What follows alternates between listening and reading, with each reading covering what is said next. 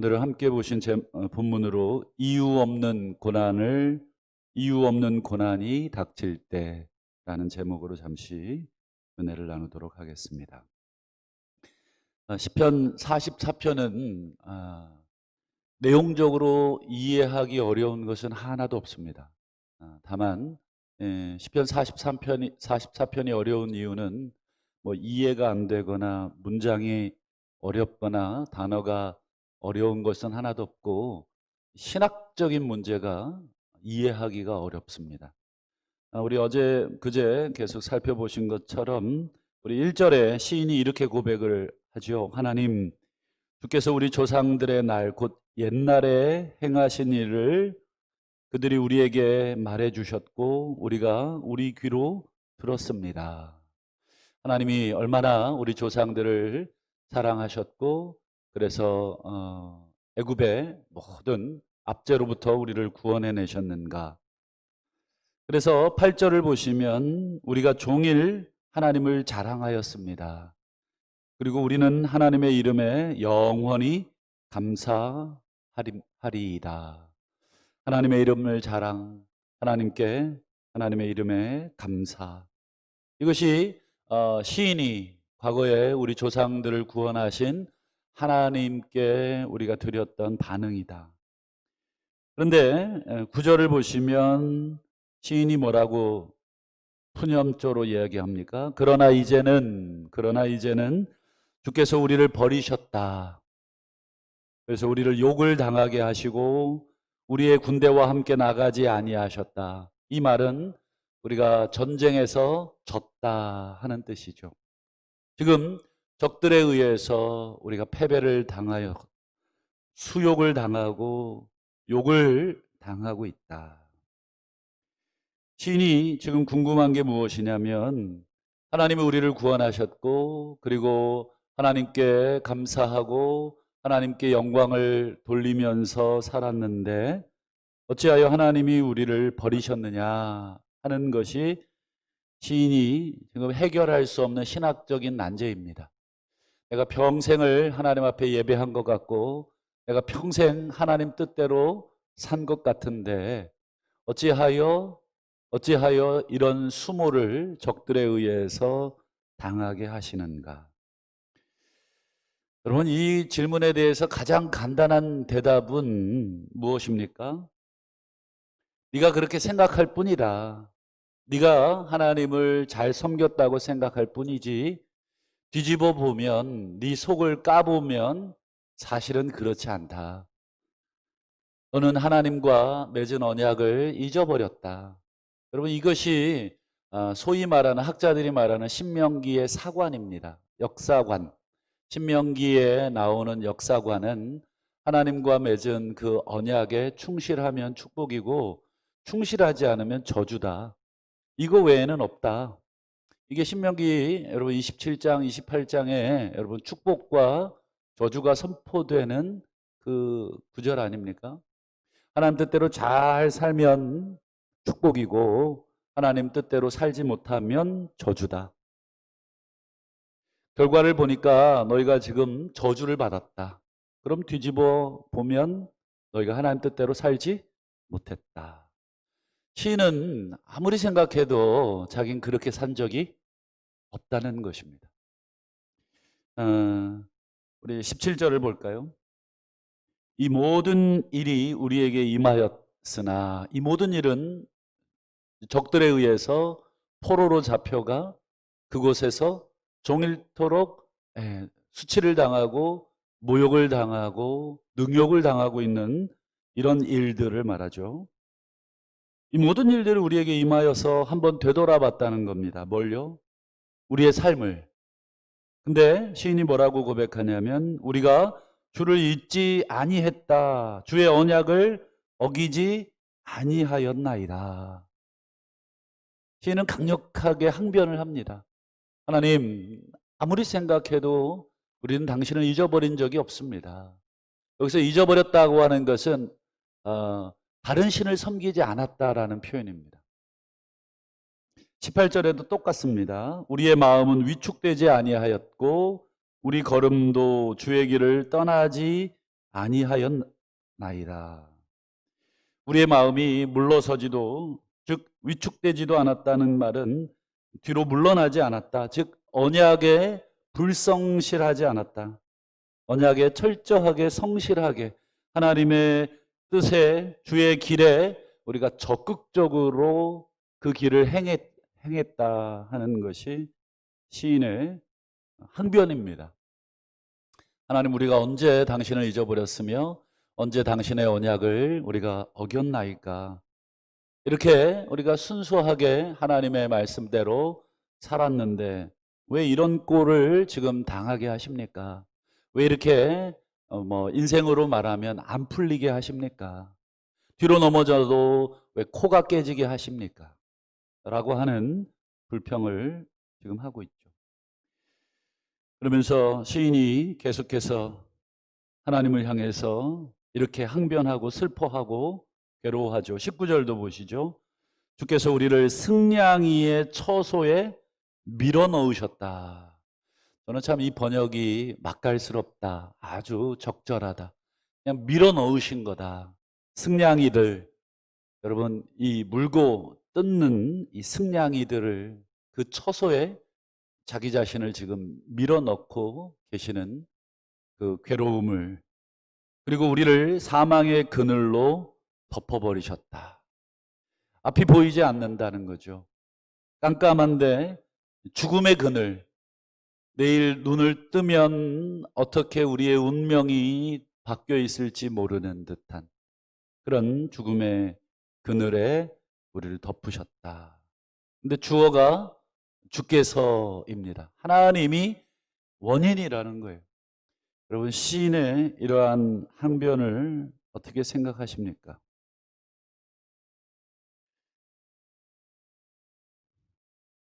시인은 아무리 생각해도 자신들은 하나님과 세운 언약에 어긋남이 없이 살았다. 그럼에도 불구하고 자기들이 이런 상황에 처해 있는 것은 무엇 때문입니까, 하나님? 이게 지금 시인의 기본적인 질문입니다. 하나님, 왜 그러십니까? 우리 애들로 비유하자면 정말 시키는 대로 다 잘했고 말도 잘 듣고 속을 썩인 적도 없는데 갑자기 부모님이 옆집에다가 저를 갖다가 버리신 거예요. 고아원에 갔다가 버리신 상황. 그래서 그 고아원에서 능욕을 당하고 있는 그런 상황인 거죠. 왜 그런가? 여러분, 아마 이 시의 정확한 배경은 알 수 없지만 이 여러 가지 전쟁에 대한 이야기들, 하나님이 원수들의 자기를 팔았다라고 하는 그런 전체적인 이야기들을 통해서 이스라엘의 역사를 쭉 훑어보시면 여러분, 포로로 잡혀간 적이 있죠. 집단적으로 하나님께서 이스라엘의 죄악을 물으셨죠. 근데 여러분, 이스라엘이 범죄했다고 성경이 표현하지만 여러분, 한 사람 한 사람 한 사람 다 뜯어놓고 보면 100이면 100 다 범죄한 것은 아닐 것입니다. 그 중에는 틀림없이 하나님의 뜻대로 신실하게 살아가는 사람들이 있었을 겁니다. 그럼에도 불구하고 하나님께서 이스라엘 민족의 죄악이 너무나 가득한 것이죠. 마치 노아 시대에 여러분 모든 사람이 다 그런 것은 아니었음에도 불구하고 성경은 어떻게 표현하고 있습니까? 예, 노아 시대의 모든 사람들의 죄악이 관영했더라. 여러분, 이 시대를 바라보면서 여러분 죄악이 여러분 관영하다는 걸 느끼시죠? 그러면 100이면 100 다 모든 사람들이 다 그렇습니까? 그렇지 않을 거죠. 분명히 이들 가운데는 하나님의 신실한 백성들이 여전히 이렇게 기도하고 있고 여전히 하나님 뜻대로 살려고 몸부림치고 있는 그런 것을 우리가 알게 됩니다. 여러분, 하박국도 하박국 시대에 그런 절규를 하나님 앞에 하지 않았습니까? 하박국이 가만히 세상 돌아가는 것, 사회 돌아가는 것을 가만히 보니까 하나님을 향해 억울함을 감출 수가 없었던 것이죠. 그래서 하박국이 하나님을 향해서 절규합니다. 하나님, 어찌하여 악인들이 이렇게 득세하는데 가만히 보고 계십니까? 그랬더니 하나님이 옆집 사람을 이용을 해서 이 사람들을 혼내주겠다. 근데 하박국이 보니까 옆집 사람은 더 나쁜 놈이에요. 하나님, 어떻게 더 나쁜 놈을 가지고 나쁜 놈을 혼내줄 수 있습니까? 그래? 그러면 이 더 나쁜 놈도 내가 또 혼내줄게. 옆에 보니까 더 나쁜 놈이에요. 하박국이 볼 때 이놈이나 그놈이나 이 사람이나 저 사람이나 더 나쁘면 나빴지 덜 하진 않았다. 하박국이 너무너무 답답해했죠. 그때 하나님이 하셨던 말씀이 뭐냐면 오직 나의 의인은 믿음으로 말미암아 살 것이다. 그때 믿음이라는 단어가 에무나라고 하는 히브리어인데 여기서 1차적으로 에무나라는 단어는 인내입니다. 인내. 견뎌라.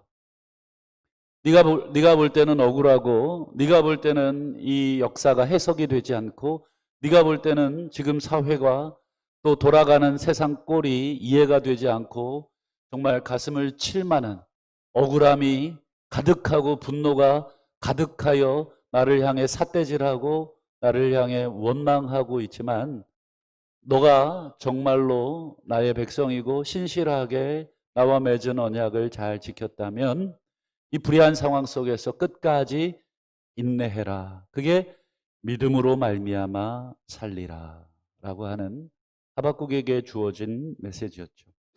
아마도 오늘 이 시편 44편을 쓴 고라 자손들 중에 한 명 역시 이스라엘 민족이 집단적으로 여러분 이방인에 의해서 모욕을 당하고 있지만 나 개인을 봤을 때 나는 신실하게 하나님을 믿고 섬겼는데 우리 공동체가 이렇게 박살이 나 있고 우리 가정이 이렇게 깨져 있는 그런 현실을 이해할 수가 없었던 거죠.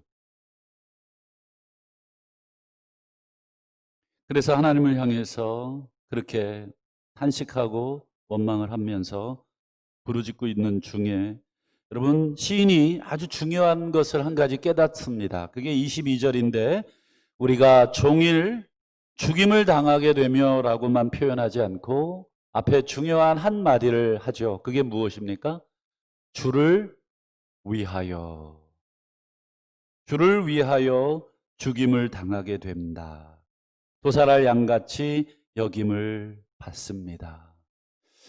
시인이 자기 자신을 되돌아보고 자기와 함께한 수많은 의인들의 삶을 되돌아보니 이런 핍박과 고난을 당할 이유가 없음에도 불구하고 그렇게 고난당하고 핍박당하고 죽임을 당하는 상황을 보니 이것은 우리의 죄악 때문이 아니라 주를 위한 것이다.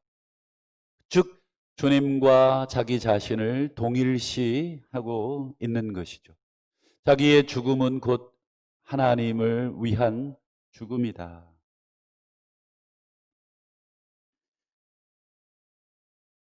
자기가 하나님을 믿는다는 이유 때문에 이방 족속들에게 이러한 미움을 받고 있고 심지어 죽음을 경험하고 있다 하는 것을 마지막으로 시인이 기도하는 중에 깨닫게 되는 것 같습니다.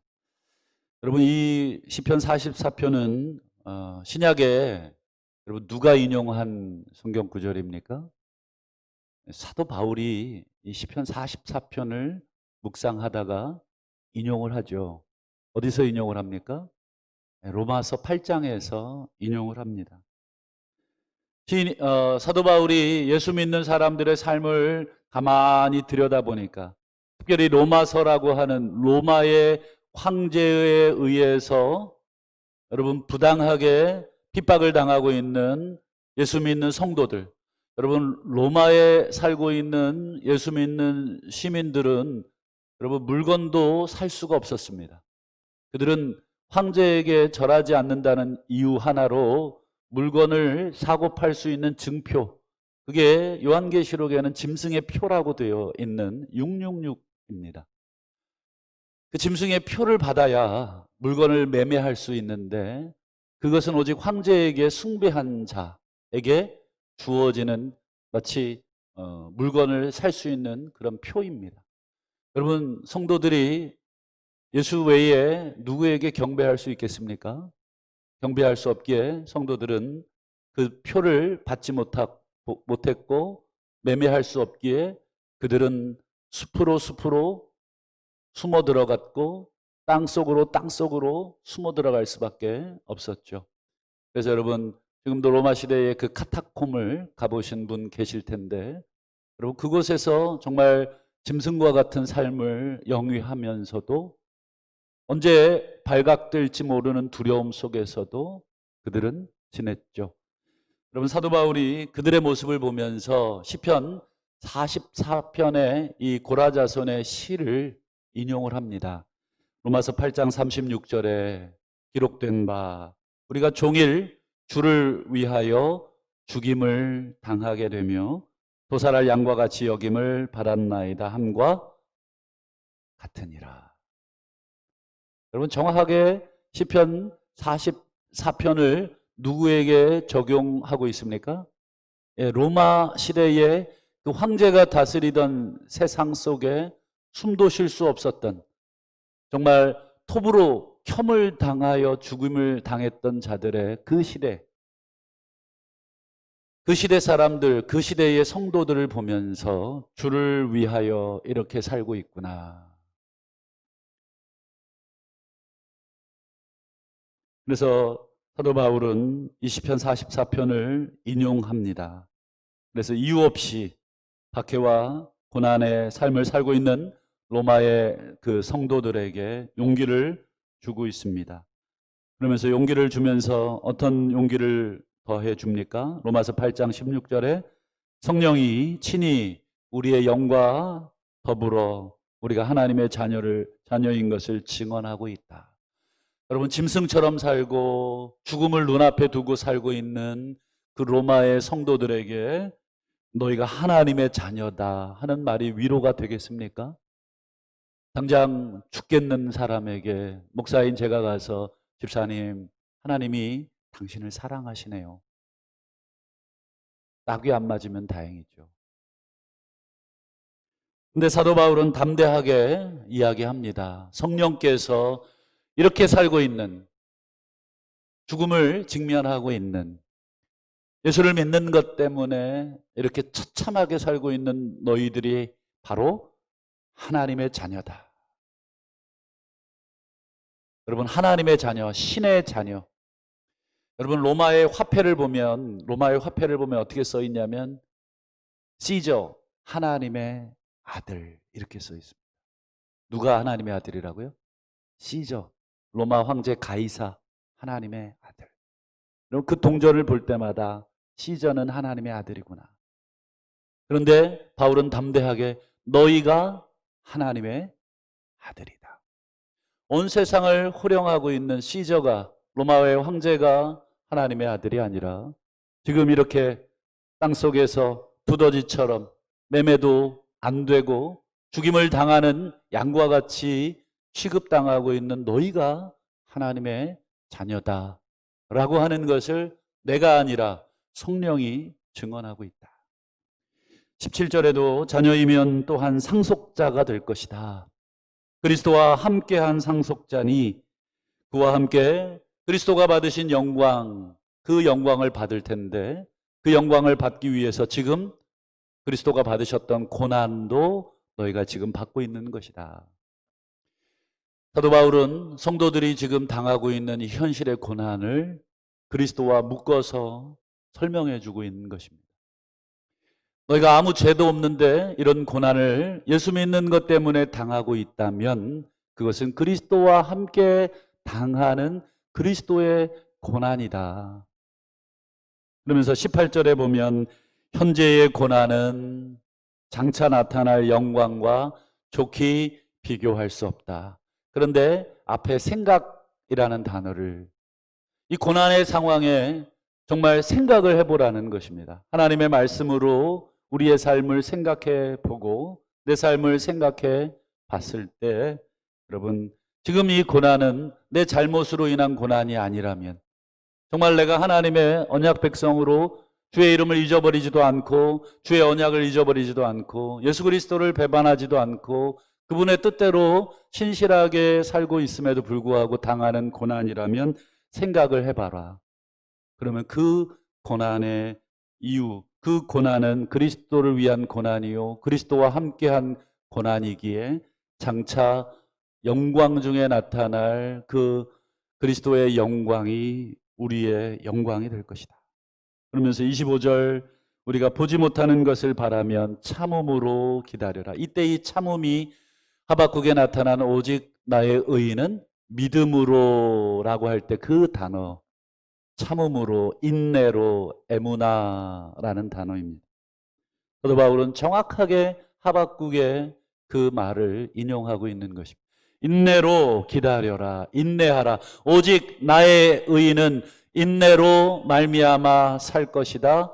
인내하라 라고 얘기하죠.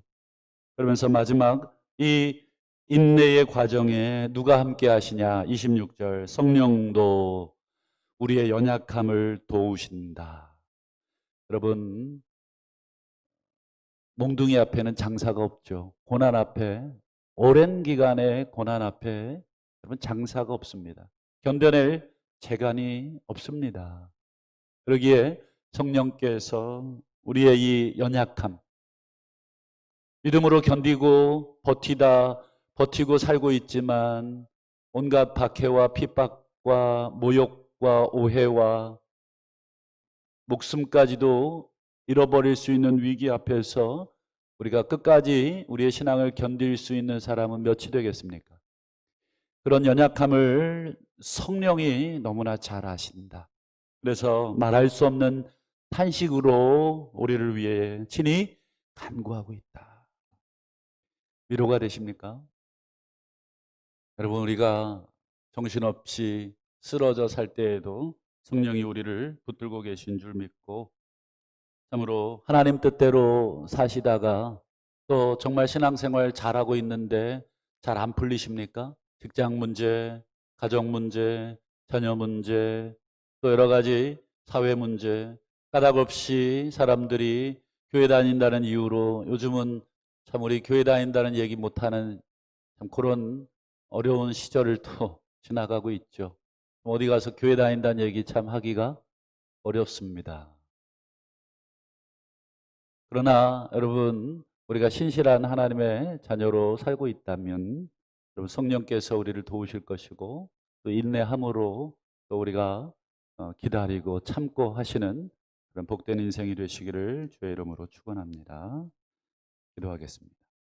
주신 말씀 붙들고 기도하시고, 어려워지는 이 사회 현실 가운데 또 분노하고 있는 모든 사회의 민심을 우리가 다시 한번 하나님 앞에 올려드리시고, 이 사회를 위해서 또 코로나19가 속히 종식되도록 또 우리 객지에 흩어져 있는 우리 가족들과 자녀들을 위해서 또 우리 부모님들을 위해서 주께서 지켜달라고, 그들의 믿음을 붙잡아 달라고 가지고 올라오신 개인의 기도의 제목으로 이 시간 또 시간이 되실 때까지 자유롭게 기도하시다가 돌아가시기 바랍니다. 주여 한번 부르시고 기도하시겠습니다. 주여.